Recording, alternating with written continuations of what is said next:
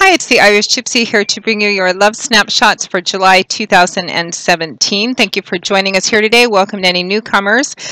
For those of you not familiar with the love snapshots, it's something new I started a couple of months ago. These are short 3-card readings focused on what lies ahead potentially in the path of love and romance for both coupled and those who are single and dating and looking, or single and thinking about getting back into the dating scene. It's meant to be just kind of a snapshot, a glimpse into the path of love and romance. So if you're not looking for love and romance readings or potential love and romance readings, then just stick to the generals at the beginning of the month and mid-month. So these are generals, just like the other ones, so make sure to check your rising and your moon sign as well.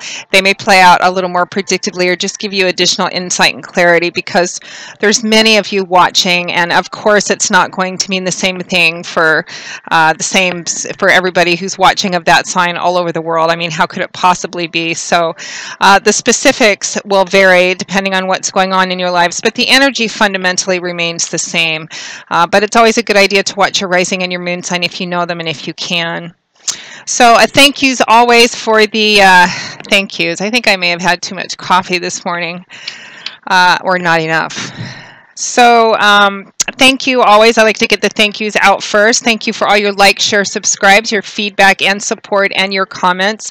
I love reading them. Keep them coming. Thank you to my regular clients for your consistent feedback and how our readings play out in your lives. And just a general thank you to those of you who continue to keep me so busy with reaching out for personal one-on-one readings. As I always say, and I always mean it, it's an honor and a pleasure to read for you.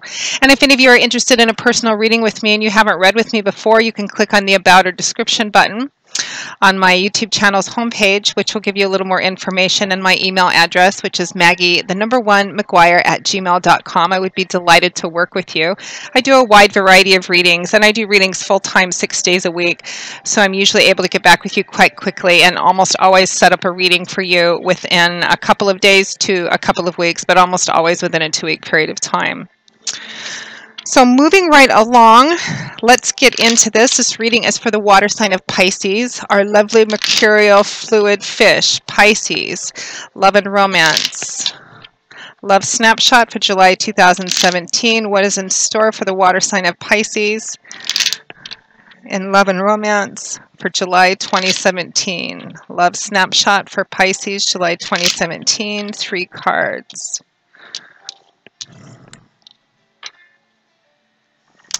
Okay, Pisces, we begin with my favorite card in the tarot, the Fool, followed by the 3 of Cups, followed by the 9 of Cups. This is like the 4th reading in a row that's been just really immediately bright, cheerful, and happy as well. And of course, it's, you know, love and romance is not going to resonate this same way for every Pisces watching this, which is why we advise you to check your rising and your moon sign videos as well. I actually had a subscriber ask a question the other day about the love snapshots in the general reading for that sign. At the beginning of the month, love and romance looked pretty bright, but in the love snapshot for that sign, there was other energy coming in that was somewhat challenging. But I always say these are general readings, and I chant whatever messages I channel or what somebody who's watching is meant to hear it, so it may not always resonate the same.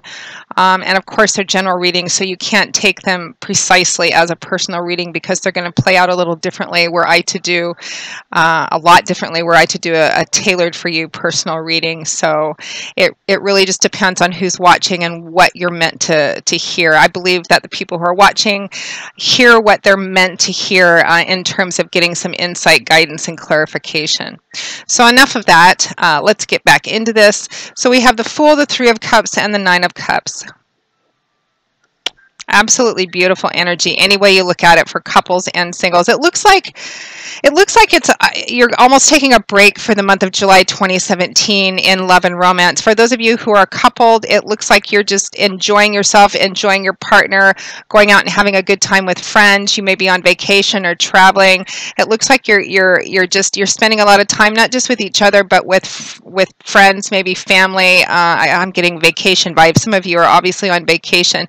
The 3 of Cups Cups and the Nine of Cups would represent almost a kind of a hedonistic dive into, you know, having a good time, drinking, laughing, talking, music, kind of that whole scene.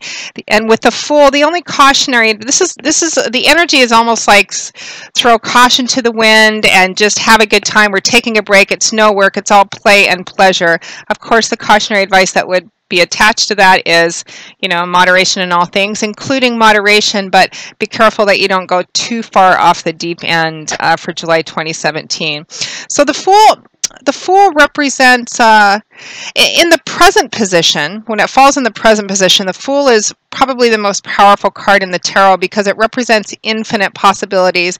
It represents that you're at a time of free will and you can literally move mountains. This is the carpe diem, seize the moment kind of energy.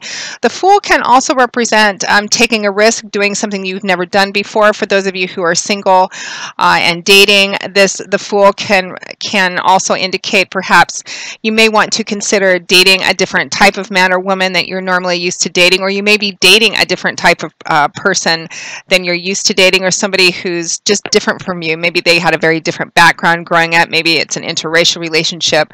Maybe you're coming from different cultural backgrounds.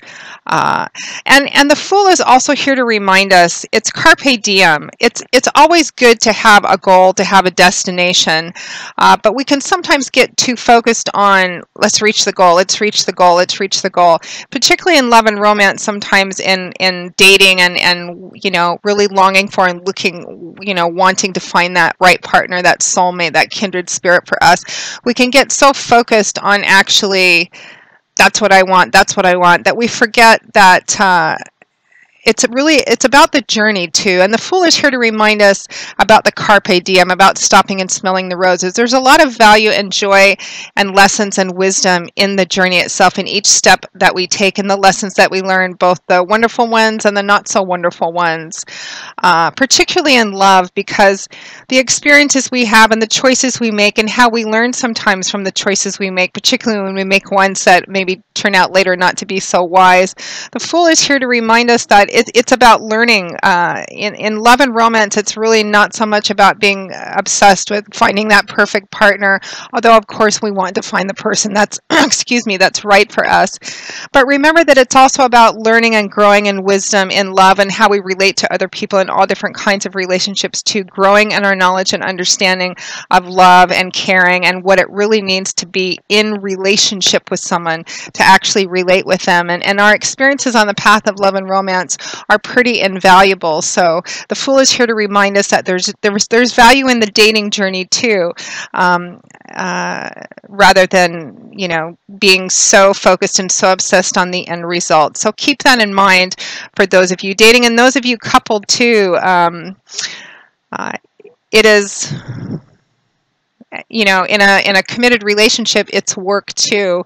There's a lot. A relationship is a living thing, and it needs nurturing and sustaining. And the longer that you're with each other, the deeper awareness you have of each other and what it actually takes to make a relationship and keep a relationship healthy and thriving. And the Fool is here to remind us about that as well, for both those coupled and those single. Now we have the Three of Cups as well, and the Nine of Cups. The other thing about the Fool is that he heavily, of course, it's major arcana card, heavy influence, and the context can change depending on the elemental energy of the cards surrounding it. We have the other two cards are Cups.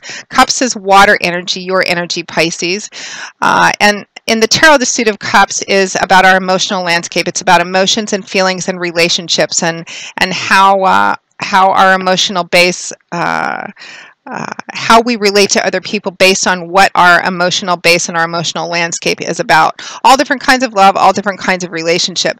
The Three of Cups doesn't necessarily have a very strong connection to love and romance.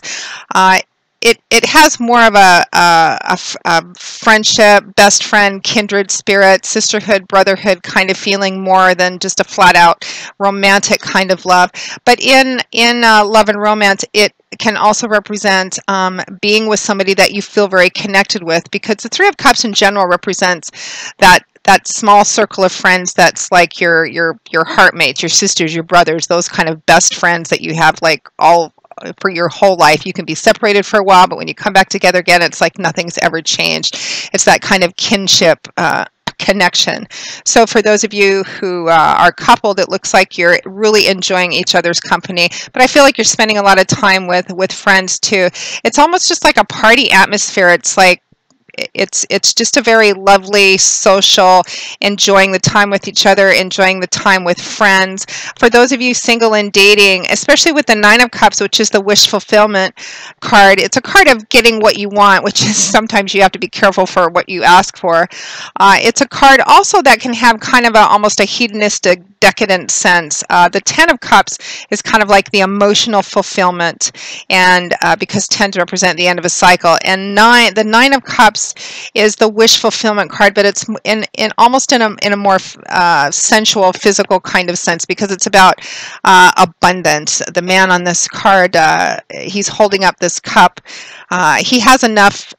In other tarot decks, he's portrayed as being rather rotund and portly. He obviously has enough to eat. He has enough to drink, more than enough. He has enough to share with friends and family. It's about overflowing abundance and also really enjoying yourself, having what you want, almost in a very visceral, sensual way too. So it looks like for a lot of you, there's going to be a lot of socializing, a lot of maybe drinking, having some parties. It is summertime, at least in some parts of the world, it's summertime. Perhaps some of you are on vacation and you're really living it up. For those of you who are single and dating, again, you're out, you're having a good time. The energy of these three cards can represent just having some really good, fun dating experiences. But for some of you, I'm getting to that for some reason the month of July, you may not be so focused on the dating scene itself. You may just be just getting out with friends and having a really good time. For some of you who are single and dating, I feel like you're actually going to meet somebody at a social venue, and it could be through friends. You may be introduced to somebody, like a friend of a friend. You may be introduced to a potential love prospect through one of your friends, but I feel like it's at a party or at some kind of social gathering or social venue of some kind. And I feel like for those of you who are going to be meeting a prospective romantic partner in the month of July 2017, I feel like there is something different about this person that may be different than the kind of person, that man or woman that you would normally be dating as well. But you're meeting them through a friend, and I feel like there's kind of an instant connection there. Kind of a soulmate, kindred spirit connection, but I feel like you connect more on a friendship level first. There's attraction there, but you also, right from the very start, just really enjoy. You really like this person. You really enjoy this person. This is for those who are single and dating. For those of you who are coupled, I'm getting that some of you are there's actually a focus on a big get-together or a big party in the month of July 2017. You may be going to a big party or arranging a big party, because I feel like there's celebration. I feel like this could be for some of you singles too, but I'm getting specifically for some couples, you're actually celebrating this month because something has come through for you. I'm just getting that for somebody coupled out there, maybe a small group of somebody's, you just sold your house, and I feel like you got more for it than you were anticipating getting. That's kind of interesting. There's a celebratory energy about that, because I feel like you're going to take that money and you're actually relocating or going on. I feel like some of you are actually going on a dream vacation in the month of July 2017, or the funds for that, something is coming through for you in the month of July 2017 that's enabling you and your partner, your boyfriend, girlfriend, husband, wife, to take some kind of dream vacation that you've been wanting to take for quite a long time. And that's pretty specific. For whoever that resonates with, you have to message me and give me a little more detail, because it has this wonderful, like you've been dreaming about this for years and years and years kind of feeling.